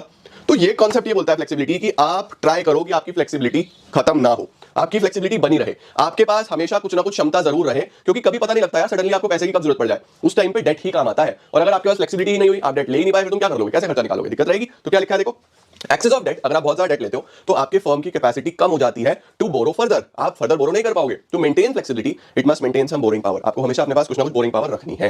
कंट्रोल, अब कंट्रोल क्या है, ये वही वाली बात है ऊपर वाली की, अगर आप नए शेयर इशू करते हो, आप इक्विटी में जाते हो, तो पुराने शेयर होल्डर्स का कंट्रोल डाइल्यूट होता है, क्योंकि नए शेयर होल्डर्स आएंगे, उनको भी वोटिंग राइट्स मिलेंगी, वो भी डिसीजन मेकिंग में पार्टिसिपेट करेंगे, तो शायद पुराने शेयर होल्डर्स की थोड़ी सी राइट्स कम हो जाए, शायद उनको लगे कि यार ये तो नुकसान हो रहा है ना। तो जब भी ऐसा हो, जब भी ऐसा कुछ हो कि आपको लगता है कि आप नहीं अपना कंट्रोल डाइल्यूट करना चाहते, आप चाहते हो कि आपका फुल कंट्रोल रहे, उस सिनेरियो में गो फॉर डेट। अगर आपको कोई प्रॉब्लम नहीं है कंट्रोल डाइल्यूट करने में, तो equity is always open for you, right. Next क्या आता है बच्चों, रेगुलेटरी फ्रेमवर्क। रेगुलेटरी फ्रेमवर्क ये बोलता है कि आप कभी भी शेयर्स इशू कर रहे हो, आप कभी भी डिबेंचर्स इशू कर रहे हो, तो please try to follow regulatory framework. आपको हमेशा रूल्स और रेगुलेशंस के अनुसार, आपको हमेशा सभी गाइडलाइंस के अनुसार ही इशू ऑफ सिक्योरिटीज करना पड़ेगा। अगर आपको लगता है कि रेगुलेटरी फ्रेमवर्क, रूल्स रेगुलेशंस हमारे लिए अच्छे हैं, हमें फेवर कर रहे हैं, हम सब कुछ फॉलो कर सकते हैं, तो आप अपने हिसाब से अदर फैक्टर्स कंसीडर करके डेट या इक्विटी जो भी आपको ज्यादा फेवरेबल हो आप उसमें जा सकते हो। क्या लिखा है देखो, the issue of shares and debentures has to be done according to the SEBI guidelines and for taking loans companies have to follow the regulations of the monetary policy. If SEBI guidelines are easy, company फिर issue of securities कर सकती है। Whereas monetary policies are more flexible, then they may go for loans। आपको बड़े ध्यान से सारी की सारी फ्रेमवर्क देख के, रूल्स रेगुलेशंस देख के उस हिसाब से डेट या इक्विटी में जाना है। नेक्स्ट आता है बच्चों debt service coverage ratio, DSCR। ये एक स्टेप आगे है किससे, ICR से। देखो इंटरेस्ट कवरेज रेशियो ICR, वो हमारी अर्निंग्स को कंपेयर करता था सिर्फ और सिर्फ इंटरेस्ट के साथ, कि भैया इंटरेस्ट कितना उसके हिसाब से अर्निंग्स कितनी। लेकिन मुझे एक बात बताओ, अगर आप कर्जा लेते हो तो आपको सिर्फ इंटरेस्ट पे करना है, या जो प्रिंसिपल जो कर्जा लिया है वो भी चुकाना है। दोनों चीजें कवर करनी है ना। सिर्फ इंटरेस्ट देख लेने से क्या होगा यार, इंटरेस्ट का तो पोर्शन कम होता है, ज्यादा पोर्शन तो प्रिंसिपल अमाउंट का होता है। तो आईसीआर तो एक इनकम्प्लीट रेशो रहेगी। तो आईसीआर की जो इनकॉम्पिटेंसी थी उसको कवर करा डीएससीआर ने, डेट सर्विस कवरेज रेशो ने। डेट सर्विस कवरेज रेशो ये बोलता है कि भैया सिर्फ इंटरेस्ट देख लेने से कुछ नहीं होगा, आप अपना टोटल पेमेंट ऑब्लिगेशन कंपेयर करो अपने प्रॉफिट से, कि आपका प्रॉफिट कितना है और आपका टोटल पेमेंट ऑब्लिगेशन कितना है। तो अगर आपका प्रॉफिट टोटल पेमेंट ऑब्लिगेशन से ज्यादा आ रहा है, 3 गुना, 4 गुना, 5 गुना, 10 गुना, तो ही आप डेट में जाओ, अदरवाइज आप डेट में ना जाओ।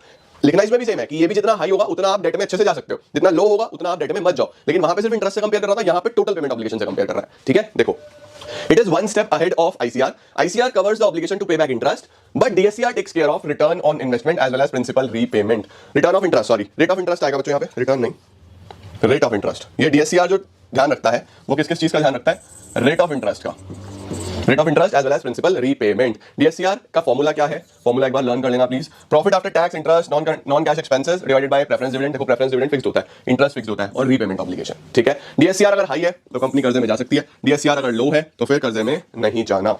ओके, नेक्स्ट आता है बच्चों स्टॉक मार्केट कंडीशंस। ये भी हम पढ़ के आ चुके हैं। स्टॉक मार्केट कंडीशंस क्या होता है, अगर स्टॉक मार्केट बूम पे है, मार्केट ऊपर है, अच्छे प्रॉफिट्स बन रहे हैं, तो उस टाइम पे इक्विटी, क्योंकि उस टाइम पे लोग रिस्क लेना पसंद करते हैं। मार्केट डाउन है, डिप्रेशन में है, लोगों के पास पैसा नहीं है, तो उस टाइम पे डेट, क्योंकि लोग सेफ जाना पसंद करते हैं, लोग रिस्क लेना पसंद नहीं करते। तो लिखा हुआ है there is a boom period, business is flourishing, investors also take a risk, prefer to invest equity shares. ठीक हो गया। और अगर मार्केट गिरी हुई है, बेयरिश फेज है, तो फिर debt. Capital structure of companies, capital structure of other companies, इस पॉइंट को भी एक बार देख लेना।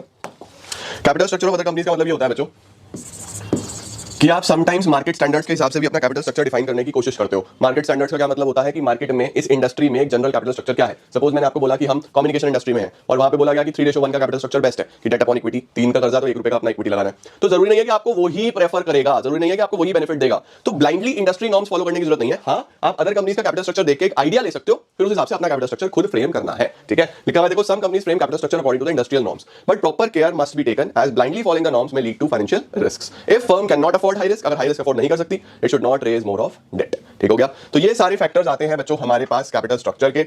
अब देखो यार, ये जो टॉपिक है ना, ये आपने क्लास 11th में भी पढ़ा था कि जब भी बिजनेस को स्टार्ट करना होता है तो पैसा लगता है दो तरीके से। एक तो बिजनेस के बिल्कुल स्टार्टिंग में लगेगा, जिसमें आपको एसेट्स बाय करने पड़ेंगे, बिजनेस का सेटअप बिठाना पड़ेगा, और एक बार ये जब हो गया तो फिर रेगुलरली उसको मेंटेन करने के लिए खर्चा होता रहता है। तो जो भी खर्चा बिजनेस में रोज रोज रोज रोज आपका सैलरी का खर्चा हो गया, बिजली का बिल हो गया, इसके अलावा जितने भी खर्चे बिजनेस में डेली होते रहते हैं बिजनेस को मेंटेन करने के लिए, उनको बोलते हैं वर्किंग कैपिटल। और जो बिजनेस के शुरू में मेनली एसेट्स बाय करने में, बिजनेस को सेटअप करने में बड़े खर्चे जो है, उसको हम बोलते हैं फिक्स कैपिटल। तो क्या होता है fix capital? It involves the allocation of firm capital to long term assets. Long term assets में लगता है managing fix capital is related to investment decisions and it is called capital budgeting. आप पढ़ के आ चुके हो, फिक्स कैपिटल से रिलेटेड जो डिसीजन होता है उसको हम कैपिटल बजटिंग बोलते हैं। Capital budgeting decision affects the growth and the profitability of the business. This decision includes, क्या क्या आता है इसके अंदर, land, building, plant machinery, change of technology, expenditure on advertisement, campaign, पूरा खर्चा कैंपेन पे, रिसर्च एंड डेवलपमेंट, ये सब फिक्स कैपिटल में आ जाते हैं।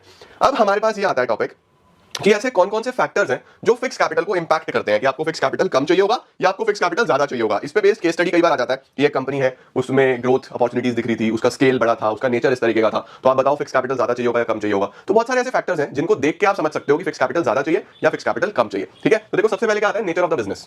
Now nature of the business से व्हाट आई मीन इज कि आपका बिजनेस किस तरीके का है, क्या आप मैन्युफैक्चरर हो, क्या आप सिर्फ रीसेलर हो, क्या आप सिर्फ खरीद के लेके आ रहे हो, थोड़ा बहुत उसमें एडिशन करते हो एंड देन सेल ऑफ करते हो। तो ये देखना है कि आपका नेचर ऑफ बिजनेस क्या है। अगर आप मैन्युफैक्चरर हो तो ऑब्वियसली आपको फिक्स कैपिटल ज्यादा चाहिए होगा, आपको लैंड भी चाहिए, आपको मशीनें भी चाहिए, आपको खर्चा करना पड़ेगा। लेकिन अगर आप एक रीसेलर हो जो बस बाय करके लेके आता है और प्रॉफिट जोड़ता है, रीसेल करता है, तो फिर उस सिनेरियो में आपको बनाना नहीं है, तो आपको फिक्स कैपिटल कंपैरेटिवली कम चाहिए होगा। तो नेचर ऑफ द बिजनेस में हम ये देखते हैं कि मेरा बिजनेस का नेचर क्या है। ठीक है, देखो क्या लिखा हुआ है, the type of business a company is involved in is the first factor. ठीक है, manufacturing company needs more fix capital as compare to a trading company. सीधी सीधी सी बात है। स्केल ऑफ ऑपरेशंस, अब स्केल ऑफ ऑपरेशन क्या बोलता है, आप किस स्केल पे काम कर रहे हो, आप स्मॉल स्केल कर रहे हो, आप मीडियम स्केल कर रहे हो, आप लार्ज स्केल कर रहे हो। ये सिंपल है।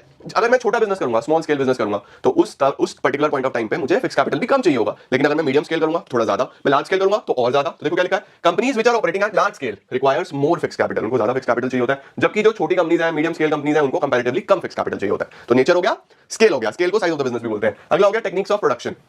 अब देखो हमारे पर्टिकुलर एरियाज में या इंडिया में बोल लो, यूजुअली दो प्रकार की टेक्निक्स देखने को मिलती है। एक होती है लेबर इंटेंसिव टेक्निक, एक होती है capital intensive technique. Labour intensive technique में बच्चों ज्यादा लेबर लगती है और कम कैपिटल लगती है, जबकि कैपिटल इंटेंसिव टेक्निक में ज्यादा कैपिटल यानी ज्यादा मशीनें, ज्यादा इस तरीके का खर्चा होता है और लेबर कम लगती है। तो जो भी इंडस्ट्रीज, जो भी ऑर्गेनाइजेशंस कैपिटल इंटेंसिव पे रिलाई करती हैं, कैपिटल इंटेंसिव का मतलब उनको ज्यादा मशीनें चाहिए, उनको ज्यादा टेक्नोलॉजी चाहिए, इस तरह की चीजें चाहिए, तो उनको फिक्स कैपिटल ज्यादा चाहिए। जबकि वो इंडस्ट्रीज, वो बिजनेसेस जो लेबर इंटेंसिव पे रिलाई करते हैं, उनको फिक्स कैपिटल कम चाहिए। ठीक है, ये इसमें लिखा है, companies using capital intensive require more fix capital, companies using labour intensive requires less fix capital. Technology upgradations, अगर आपका बिजनेस में टेक्नोलॉजिकल अपग्रेडेशंस बार बार आते हैं, यानी रोज रोज रोज रोज कुछ ना कुछ नई टेक्नोलॉजी, हर 2-3 दिन बाद, हर 2-3 महीने बाद, हर 6 महीने बाद, यानी फ्रीक्वेंटली टेक्नोलॉजी अपग्रेड होती है और आपको भी करनी पड़ती है, आपको लेटेस्ट लैपटॉप्स लगाने पड़ते हैं, लेटेस्ट कंप्यूटर्स लगाने पड़ते हैं, लेटेस्ट टेक्नोलॉजी लगानी पड़ती है, तो खर्चा ज्यादा होगा, फिक्स कैपिटल ज्यादा चाहिए होगा। वहीं पे अगर आपका बिजनेस कुछ इस तरीके का है जहां पे टेक्नोलॉजी का काम ही नहीं है, आपने एक बार मशीन लगा दी, फैक्ट्री लगा दी, उसके बाद सालों साल चल रही है, 10 साल 15 साल 20 साल, शुगर केन की फैक्ट्रीज में, यूजुअली शुगर फैक्ट्रीज में ऐसा होता है, मशीन लग गई तो लग गई, बस अब चल रही है लंबे समय तक, तो वहां पे तो एक ही बार खर्चा होना है ना। जबकि जो आईटी सेक्टर होगा, जहां पे रोज नए सॉफ्टवेयर डेवलप करने हैं, रोज नई टेक्नोलॉजी आएगी, तो वहां पे तो अप टू डेट टेक्नोलॉजी चाहिए, तो वहां पे फिक्स कैपिटल ज्यादा चाहिए होगा। तो अगर टेक्नोलॉजिकल अपग्रेडेशन काफी फ्रीक्वेंट है, बार बार होता है, जल्दी जल्दी होता है, तो you need more fix capital. Whereas जिन इंडस्ट्री में फ्रीक्वेंट नहीं है टेक्नोलॉजी अपग्रेडेशन, वहां पे फिक्स कैपिटल कम चाहिए। ठीक हो गया। नेक्स्ट आता है ग्रोथ प्रोस्पेक्ट्स। ये बहुत सिंपल है, अगर आप एक्सपैंड कर रहे हो, आप ग्रोथ देख रहे हो, आप नंबर ऑफ यूनिट्स बढ़ा रहे हो, नंबर ऑफ प्रोडक्ट्स बढ़ा रहे हो, तो ऑफ कोर्स आपको फिक्स कैपिटल ज्यादा चाहिए होगा। वहीं अगर आप अभी ग्रोथ नहीं देख रहे हो, अगर अभी आप फिलहाल एक स्टेबिलिटी पोजीशन पे हो जहां पे आपका काम चल रहा है, तो वहां पे आपको बहुत ज्यादा फिक्स कैपिटल की रिक्वायरमेंट नहीं होगी। ठीक है। नेक्स्ट आता है डाइवर्सिफिकेशन। सर डाइवर्सिफिकेशन का क्या मतलब होता है? डाइवर्सिफिकेशन का मतलब होता है बच्चे, जब आप प्रोडक्ट रेंज बढ़ाते हो, जब आप एक की जगह 2 प्रोडक्ट बनाते हो, 2 की जगह 4 प्रोडक्ट बनाते हो, उसको डाइवर्सिफिकेशन बोलते हैं। ठीक है। यानी आप अपनी हॉरिजॉन्टल वे में एक्सपेंशन कर रहे हो। देखो एक्सपेंशन मेनली क्या होता है? एक्सपेंशन होता है आपका पूरा बिजनेस एक्सपैंड हो रहा है, 1 से 2 आपने बिल्डिंग्स बना ली, 2 से 4 ऑफिसेज बना लिए, आपका सब कुछ बढ़ रहा है, दिस इज एक्सपेंशन। डाइवर्सिफिकेशन होता है कि आप डाइवर्सिफाई कर रहे हो, पहले से गारमेंट्स बनाते थे, फुटवेयर भी शुरू कर दिया, फुटवेयर के साथ साथ अब आपने कुछ किड्स वेयर भी शुरू कर दिया, तो आप डाइवर्सिफाई कर रहे हो। तो अगर डाइवर्सिफिकेशन हो रहा है तो you need more fix capital, diversification नहीं हो रहा तो you need less fix capital. देखो लिखा है companies which plans to diversify their activities requires more fix capital, क्योंकि ज्यादा प्रोडक्शन करने के लिए ज्यादा प्लांट मशीनरी चाहिए, तो ऑफ कोर्स फिक्स कैपिटल ज्यादा चाहिए होगा। उसके बाद आता है बच्चों availability of finance and leasing facility.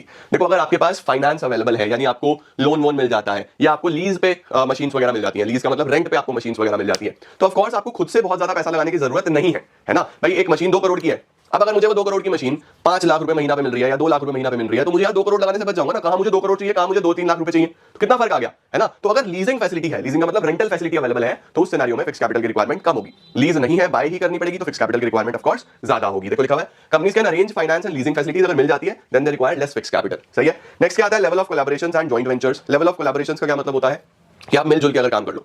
For example वही वाला एग्जांपल लेते हैं कि एक मशीन 2 करोड़ की है, अब मैं बिजनेस करने जा रहा था, मुझे लगा यार चिंटू भी वही बिजनेस करने जा रहा है, चिंटी भी वही बिजनेस करने जा रही है, बंटी भी वही बिजनेस करने जा रहा है, तो मैंने उन तीनों को बुलाया, मैंने कहा चिंटू सुनो, चिंटी सुनो, बंटी सुनो, हम चारों मिलकर ले लेते हैं यार ये मशीन, वैसे 2 करोड़ लगेंगे, अब 50-50 लाख लगेंगे। तो देखो कोलैबोरेशन से, एक जॉइंट वेंचर से, जॉइंट वेंचर का मतलब जॉइंटली बिजनेस करना, क्या हमारे सबके 1.5 करोड़ बच गए? इंडिविजुअली 2 करोड़ की मशीन पड़ती, अब 50 लाख की पड़ रही है, तो 1.5 करोड़ सबके बच रहे हैं या नहीं बच रहे हैं? तो इसी को हम लोग क्या बोलते हैं? इसी को हम लोग बोलते हैं कोलैबोरेशंस होना या जॉइंट वेंचर्स होना। तो देखो क्या लिखा है, if companies are performing collaborations joint ventures then companies will need less fix capital, they can share the plant and machinery. लेकिन अगर कंपनी एक इंडिविजुअली चलना चाहती है, वो जॉइंटली किसी के साथ काम नहीं करना चाहती, तो उसको फिर ज्यादा फिक्स कैपिटल की रिक्वायरमेंट होगी। तो ये थे बच्चों 8 फैक्टर्स, 1 2 3 4 तो ये हो गए, स्क्रीनशॉट लेना है ले लो, और 4 ये हो गए जो इंपैक्ट करते हैं हमारे फिक्स कैपिटल रिक्वायरमेंट को। इसके बाद हम चलते हैं वर्किंग कैपिटल रिक्वायरमेंट्स की तरफ। अब वर्किंग कैपिटल मैं आपको ऑलरेडी बता चुका हूं कि वर्किंग कैपिटल क्या है, जो आपको डेली बेसिस का खर्चा चाहिए, जो आपको बिजनेस को चलाने के लिए रोज रोज का पैसा चाहिए, जो आपका बिजनेस अच्छे से स्मूथली चल सके, उसको मेंटेन करने के लिए आपको पैसा चाहिए, उसको हम वर्किंग कैपिटल बोलते हैं। The capital requirement for smooth day to day operations of the business is called working capital. It refers to an excess of current assets over current liabilities. ये वर्किंग कैपिटल का formula दिया हुआ है बच्चे, लेकिन ये जो फॉर्मूला है ना CA माइनस CL, ये नेट वर्किंग कैपिटल का फॉर्मूला है। इट मींस हमारे पास 2 प्रकार के वर्किंग कैपिटल होते हैं, one is gross working capital, the other is net working capital. Examination में बहुत ज्यादा पूछा नहीं गया है, बट पार्ट ऑफ सिलेबस है तो मैं आपको बता रहा हूं। ग्रॉस वर्किंग कैपिटल का मतलब होता है the total of current assets. अगर आप टोटल ऑफ करंट एसेट्स ले लेते हो कि मेरे पास जो भी करंट एसेट्स हैं सबको जोड़ दो, ग्रॉस वर्किंग कैपिटल बन जाएगा। जैसे हमारे पास cash, debt, marketable securities, finished goods inventory, BR, work in progress, raw material, prepaid expenses, सब एसेट्स जो कैश में कन्वर्ट हो जाते हैं बहुत जल्दी, इनको जोड़ दो तो ग्रॉस वर्किंग कैपिटल बन जाता है। नेट वर्किंग कैपिटल क्या होता है भैया? सिर्फ एसेट से थोड़ी ना होता है, करंट लायबिलिटीज भी तो है जो 1 साल के अंदर पे करनी है, उनको माइनस कर लो। तो नेट वर्किंग कैपिटल क्या होगा? CA minus CL। It refers to excess of current assets over current liabilities. Current liabilities are to be paid with an year, जैसे BP, क्रेडिटर्स। ठीक है। अब जो नेट वर्किंग कैपिटल है वो आपका पॉजिटिव भी हो सकता है, नेगेटिव भी हो सकता है ना। तो CA माइनस CL में अगर आपके करंट एसेट ज्यादा होंगे तो वो पॉजिटिव आ जाएगा, करंट एसेट कम होंगे तो वो नेगेटिव आ जाएगा। वर्किंग कैपिटल आपका पॉजिटिव आना एक अच्छा साइन है, नेगेटिव आने का मतलब है कि आपके पास लिक्विडिटी की कमी रहने वाली है भाई, दिक्कत में रहोगे। तो आपका जो नेट वर्किंग कैपिटल है वो पॉजिटिव रहना जरूरी है, इसका जल्दी से स्क्रीनशॉट ले लो। Gross working capital, net working capital. ठीक है। अब हमारे पास बच्चों फैक्टर्स आते हैं कि किस तरीके से कौन कौन से फैक्टर्स आपके वर्किंग कैपिटल को इंपैक्ट करेंगे। सबसे पहले फिर से स्केल ऑफ ऑपरेशन। सिंपल भाई, बहुत सिंपल। अगर आप स्मॉल स्केल पे काम कर रहे हो तो ऑफ कोर्स आपको सैलरी भी कम देनी है, आपको रेंट भी कम देना है, आपको बिजली का बिल भी कम देना है, यार वर्किंग कैपिटल कम चाहिए। अगर आप बड़े लार्ज स्केल पे काम कर रहे हो तो आपको ये सब ज्यादा देना है, तो वर्किंग कैपिटल ज्यादा चाहिए। इससे सिंपल कुछ नहीं है। नेचर ऑफ द बिजनेस, किस तरीके का बिजनेस है ना। अगर आप रिटेल शॉप पे हो, रिटेल शॉप कर रहे हो, आप अपने आप सोल प्रोप्राइटर हो, आपकी एक रिटेल कन्फेक्शनरी शॉप है, स्टेशनरी शॉप है, गारमेंट्स की शॉप है, तो आपको वर्किंग कैपिटल इतना नहीं चाहिए यार, रिटेल शॉप है, ज्यादा लेबर नहीं लगेगी, बहुत ज्यादा बिजली नहीं लगेगी। वहीं पे अगर आपका बहुत बड़ा डिपार्टमेंटल स्टोर है, कंपेयर करो आप रिटेल शॉप से, डिपार्टमेंटल स्टोर का ऑफ कोर्स रनिंग के एक्सपेंसेस ज्यादा होंगे, वर्किंग कैपिटल ज्यादा चाहिए होगा। तो नेचर ऑफ द बिजनेस पे बहुत डिपेंड करता है कि कितना आपका किस तरीके का बिजनेस है। देखो होलसेलर्स जो बल्क में डील करेंगे उनको ज्यादा चाहिए होगा वर्किंग कैपिटल, जो छोटे लेवल पे डील करेंगे उनको कम चाहिए होगा, क्योंकि होलसेलर को इन्वेंट्री कॉस्ट भी आता है। इन्वेंट्री कॉस्ट मतलब गुड्स को स्टोर करके रखेंगे बल्क में, है ना, तो स्टोरेज कॉस्ट भी आएंगे, उसके बाद वो खराब भी होगा भाई, स्पॉइलेज है, पिलफरेज है, मल्टीपल चीजें होती हैं, उन सबके नुकसान भी होते हैं। तो वर्किंग कैपिटल ज्यादा चाहिए होता है जो बल्क में काम करेगा। नेक्स्ट आता है बच्चों बिजनेस साइकिल फ्लक्चुएशंस। देखो बिजनेस साइकिल में दो ही ऑप्शंस होते हैं, मैं आपको पहले भी बता चुका हूं बिजनेस साइकिल कई बार इस चैप्टर में है। एक होता है बूम और एक होता है हमारे पास डिप्रेशन रिसेशन, है ना। तो देखो जब बूम पे होती है मार्केट, बूम पे होती है तो ज्यादा डिमांड होती है, ज्यादा प्रोडक्शन हो रही होती है, ज्यादा बिजनेस में अच्छा चल रहा होता है बिजनेस, तो वर्किंग कैपिटल ज्यादा चाहिए होता है। वहीं जब हम बात करते हैं कि डिप्रेशन में है तो डिप्रेशन में कम डिमांड होती है, कम स्टोरेज करना होता है, सामान बिक नहीं रहा होता, तो वर्किंग कैपिटल कम चाहिए होता है। तो बूम के केस में बिजनेस बढ़िया चल रहा होता है, वर्किंग कैपिटल ज्यादा। डिप्रेशन के केस में ऐसा कुछ खास डिमांड नहीं होती, वर्किंग कैपिटल कम।